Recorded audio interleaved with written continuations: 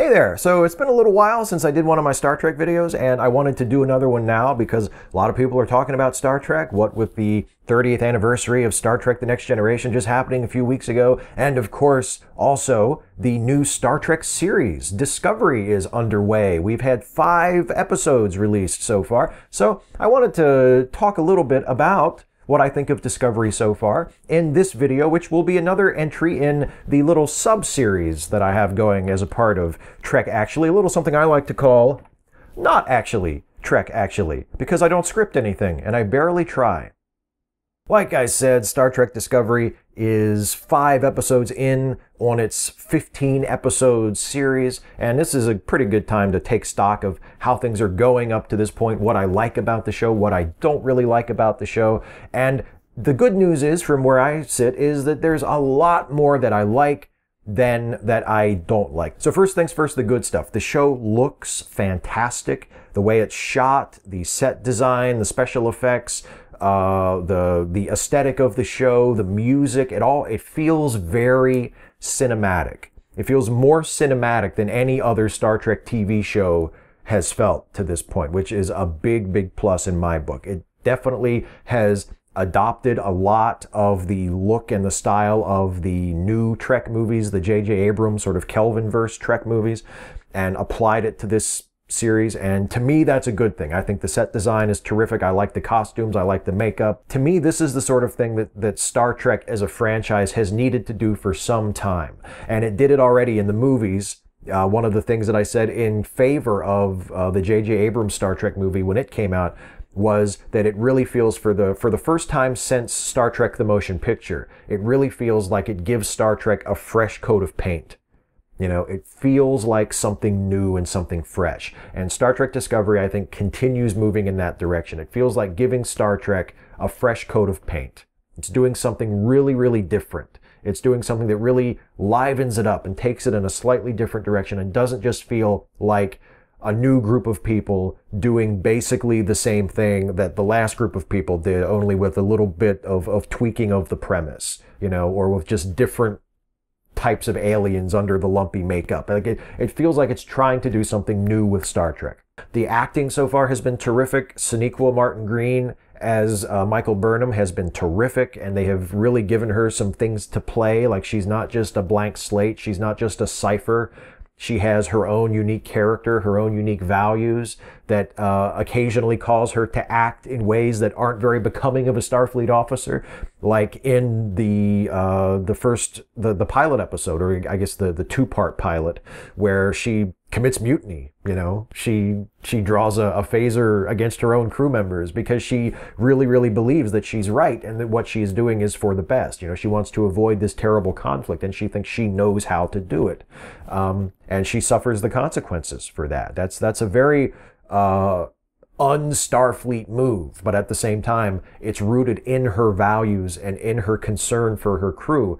And living according to your values and doing what's right for your crew is very much a Starfleet thing and very much a Star Trek thing. I loved Captain Georgiou for the little bit that we got with her, because of course her character is killed off in episode 2, but up until that exit of the series, I thought she was just fantastic. I love Jason Isaacs as Captain Lorca, and I love the way they're sort of slowly revealing little bits of his character, making him into a much darker sort of captain than we have seen before, with the possible exception of Captain Sisko. And I was talking about this with a friend of mine who's also a Star Trek fan, and he said, you know, that Captain Sisko has like a picture of Captain Lorca in his office, right? Like, Captain Lorca has to be sort of a hero to Captain Sisko, because he is one of these characters who is like, yes, he believes in Starfleet, he believes in the Star Trek ideals, he's very committed to what Starfleet stands for, but he also knows that they are in a time of war, and he is willing to go beyond his values, go beyond his usual boundaries to do what it takes to win the war, and to push things further than maybe other people are willing to push them in order to preserve his civilization. Saru, the science officer who becomes the first officer on the USS Discovery, I think he's a fantastic character. I love Saru. I think Doug Jones is doing great in that character. He's sort of a a Spock-like character because he keeps his emotions very under control, but he's not an unemotional character, and he has this little core of insecurity that sort of drives him and makes him very suspicious of Burnham, because after her mutiny, she's viewed very suspiciously by everybody, including Saru, who knows her and served under her on the Shenzhou. So Saru is just a terrific character.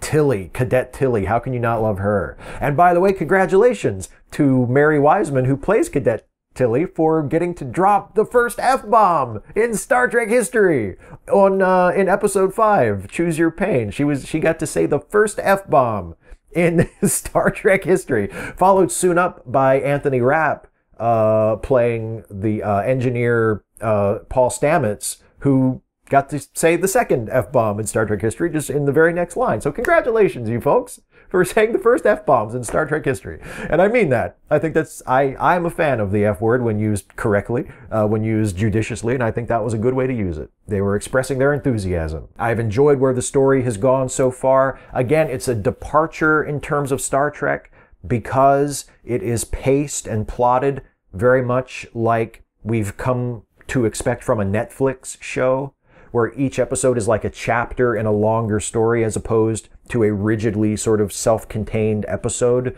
And that's very much what we're used to from Star Trek. Even though Deep Space Nine did do some more sort of long-form saga-based storytelling in its last couple of seasons, they still stuck mostly to an episode format, where there were threads that were picked up and carried through multiple episodes, but most of the time it was a single story in a single episode, and you had beginning, middle, and end, and that was it.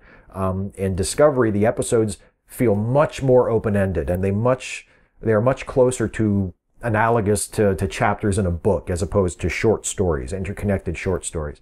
And that's an adjustment. That's something, again, that Star Trek has never really tried to do before, and it's very different. And it works for me. I'm interested in it. I have yet to watch one of the episodes, and we're 5 episodes in now. I've yet to watch one of the episodes of Discovery that hasn't left me at the end curious to see what happens next. The introduction of the giant tardigrade, and then the revelation that the tardigrade can help them to operate their new propulsion system that they're developing on the ship. And then the revelation after that being used as a part of the propulsion system hurts the tardigrade and could eventually be killing it. So now they have this moral dilemma that they have this new propulsion system on their ship that could possibly help them win the war against the Klingons that Michael Burnham inadvertently started. But in order to use the drive effectively, they have to inflict harm on this other being, this tardigrade that may in fact be a sentient being.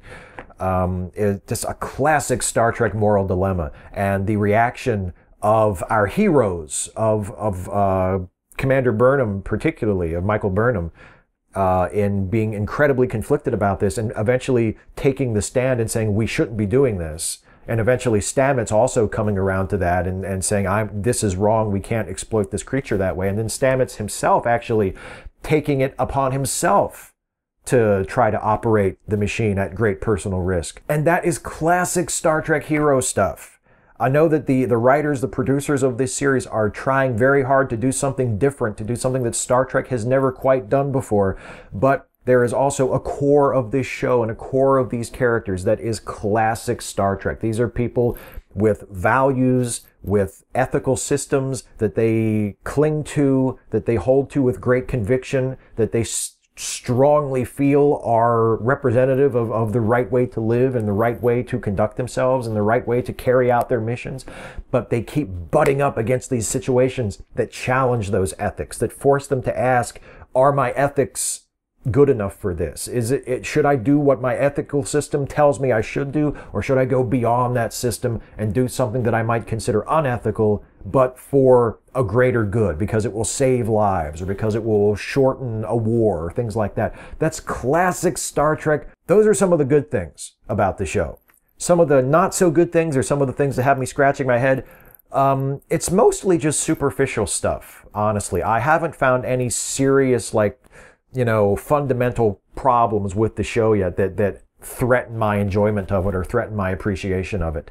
I recognize that the look of the show, the aesthetic of the show, the level of technology that is portrayed in the show is really irreconcilable with the era in which the series is set. This is a series that takes place in the old year 2256, which would be about 10 years before the era of Captain Kirk and his first 5-year mission. And the design of the ships, especially in the interior, the level of technology, the uniforms, pretty much everything is completely wrong if you are going strictly by the way things were established to be in the original series and in the original series pilot episode, which takes place around this same time. It just doesn't fit at all. And if that's the kind of thing that bothers you, I understand how it would really bother you, because nothing looks the way it should look based on previous Star Trek shows. The Klingons obviously don't look anything like they've ever looked. I mean, they still have the basic makeup is the same, the forehead ridges, but they don't have hair. Their armor is different. A lot of the things we've seen of their sort of cultural design is very different than we've ever seen it before, and it's certainly a lot different than it looks in the original series, where they don't have the forehead ridges, and their costumes are very different, and their whole mannerism is just very different. So the show doesn't fit stylistically into the part of the Star Trek lore that it has been placed into. And I can understand how some people might have a problem with that. And then they might say, look, if you wanted to do a Star Trek series where everything looked different and you wanted to redesign things, why not just skip ahead? Why not have it take place in the 25th century instead of the 23rd century, where we've already seen a bunch of stuff? And I get that criticism, and I understand why some people might be annoyed by that. Personally, I don't care. It's a little weird that we never found out before now that Vulcans can Skype with their brains. There is that scene in, I think, the second episode where Sarek is talking to Burnham through a mind meld, but it's a mind meld from like across the galaxy. Like he's in a completely different star system, but he's able to sort of project himself into her thoughts. And, it's a retcon. It's the kind of thing that happens. It's like adding a power to a superhero. The first time Superman used his heat vision, I'm sure there were people going, well, wow, we never mentioned that before. That seems like kind of important. Well, Vulcans can Skype with their brains, in certain circumstances. Okay. It's a little weird to have it just sort of dropped on you, and it feels, and it smacks of contrivance, it smacks of narrative contrivance. Well, hey, we want to have a Sarek and Burnham scene. We don't want to use the view screen or hologram or anything. Let's just say that he's there in her mind. It's, that I get why people might be put off by that, and it does feel a little bit of a cheat to me. Like, oh, by the way, Vulcans can do this. You never heard about this before. The special effect of the Discovery when it uses the spore drive is a little weird. When people have compared it, they've called it the fidget spinner starship, because the saucer section of the ship starts spinning around and twirling in different directions, and it feels a little weird. It's like, why? How is that possible? Why does it do that? But the idea of the spore drive is very cool. Of course, unless they decide to just completely chuck established canon out the window, we know that the spore drive isn't actually going to become a mainstay of Starfleet technology. We know that eventually they're going to stop using it for some reason, and I think they've already sort of set that up at this point by saying that it hurts to use it, basically, that the tardigrade can't use it without being damaged, and now we know from Stamets's experience that humans can't use it without being damaged somehow or putting their lives at risk or having unforeseen consequences. Other things about the show that are a little lacking: it would be nice to have a little bit more of a sense of place aboard the Discovery. One of the things about Star Trek in all of its forms that it has always done a pretty good job at is establishing the primary setting, which is usually a ship, or in the case of Deep Space Nine, the station, as a place with its own personality, as a place that feels like a home to these people. You get a very good sense of location. Like after a couple episodes of Next Generation, you feel like you know the Enterprise as a place. After a few episodes of Deep Space Nine, you feel like you know the station as a place, and we haven't really gotten much of that from Discovery. It focuses less on place and on establishing the personality and the sort of unique quirks of a place, than any other Star Trek series has up to this point. You know, the bridge doesn't look like anything special, doesn't really have a defined personality.